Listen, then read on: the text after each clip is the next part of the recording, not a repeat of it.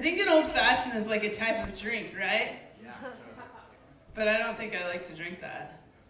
I'm more of a whiskey girl. All right. As I'm getting older, I have to go to the doctor more. And the other day, I had to go and I had to give a vial of blood. I actually had to give like 6 vials of blood. Yeah, right? I'm like, ouch. And I don't poke well. So like, it's painful. I'm screaming. And you think you'll get over the thing where they poke you with a needle? Nope. Not a needle person either. Anyway, I went into the doctor, and he was like, oh, I really like your purse. And I was like, I wonder if he's hitting on me. And I was like, well, at least he has a job, and a car, and a place to live, so this is an improvement, right? But you can't hit on your doctor, so anyway. So then he goes on, and he's like talking to me, and he's like, Bridget, you're almost dead. And I'm like, what? I'm like, what's wrong, doc? And he's like, your vitamin D is really low. He's like, you're really pale looking. I'm like, how low is it? And he's like, Bridget, it's really bad. Your vitamin D is like 4%. And I'm like, is this gonna kill me? And he's like, yeah, it could. And I'm like, oh, okay. And then he's like, have you been experiencing low levels of energy? And I'm like, what? I'm like, I slept 12 hours today, doc, but I'm still feeling really tired. And he's like, when you go out in the sun, do you wear sunscreen? And I'm like, yes, all the time, every time. He's like, do you wear something to cover up your face? And I'm like, yeah. He's like, do you wear sunglasses? I'm like, all the time, all the time. He's like, you're not getting enough sun exposure. Never heard that before, right? Right. Right. I thought it was funny.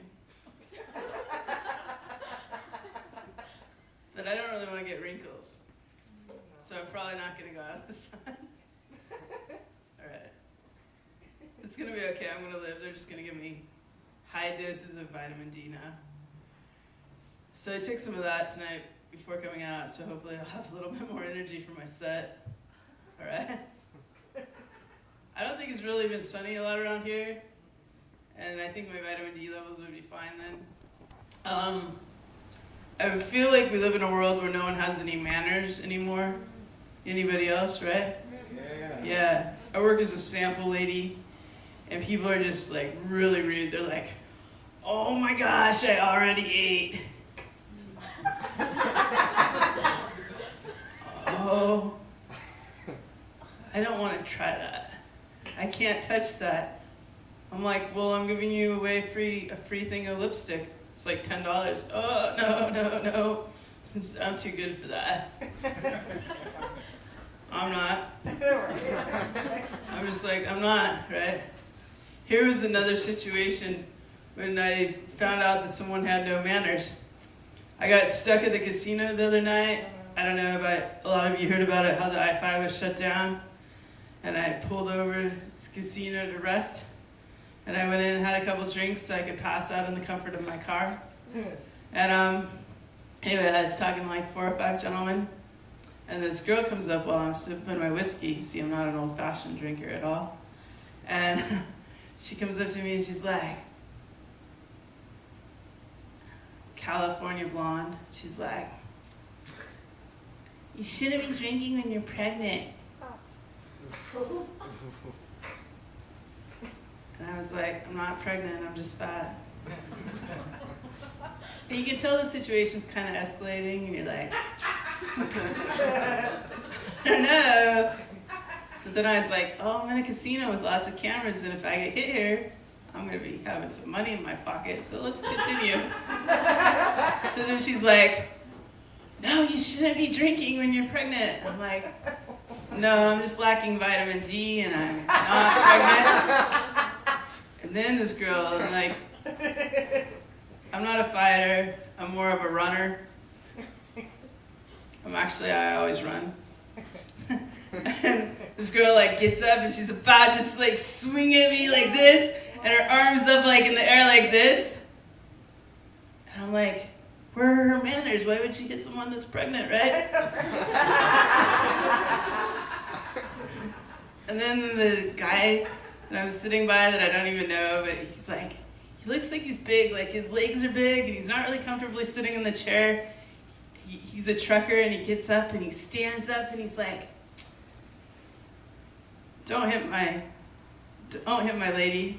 I'm the only one allowed to hit her.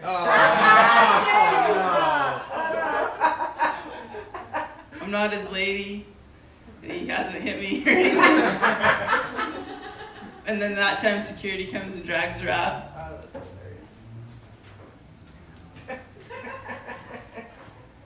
All right, I'm going to try this last one. I don't know how it's going to go. How many of you guys are Trump supporters? No, okay, good. It'll probably go all right then.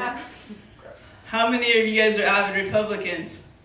All right, good, I'm in the right room. How many of you guys are anti-vaxxers? Okay, cool. Because I was just in Portland, and so I've probably been exposed to measles. So. Just kidding. Like I've had my shot.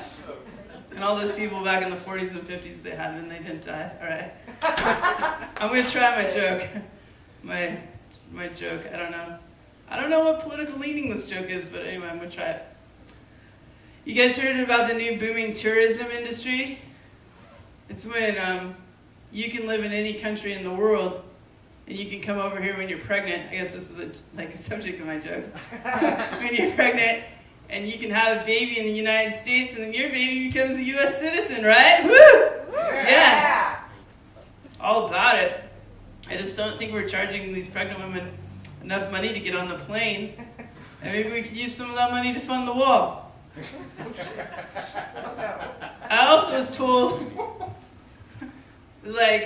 some of my immigrants came here the legal way, through Ellis Island, right? And then when I came to America, they changed my name. I'm not even going to tell you my real name because it doesn't matter. I got an American name now, so my last name is Bennett. That's how it works, right? Other relatives, because I did my genetic DNA test, hopefully I never kill or murder anyone like at a casino or something. But one of my relatives was this crazy Frenchman, and he was running out of someplace in Quebec or something, and he just had to get out of Canada. And so he just ran over the border. And that was easy then. You can just go over the border. So I don't know where this joke is going, but what I think is going to be... not Canada. Yeah, so I was thinking if you build the wall in Mexico, Trump, you got to build the wall in Canada. Because otherwise, here's a new thing that I learned when I was up in Portland, is that you can go down to Mexico, and if you save up your pesos, I don't know how many pesos you'd have to save up, but then you can fly to Canada, and then there's parts of Canada where the border is unguarded, and there's no wall. So welcome to America. All right, that's my Canadian joke. Thanks, that's all I got. Good night. Happy birthday, Mel.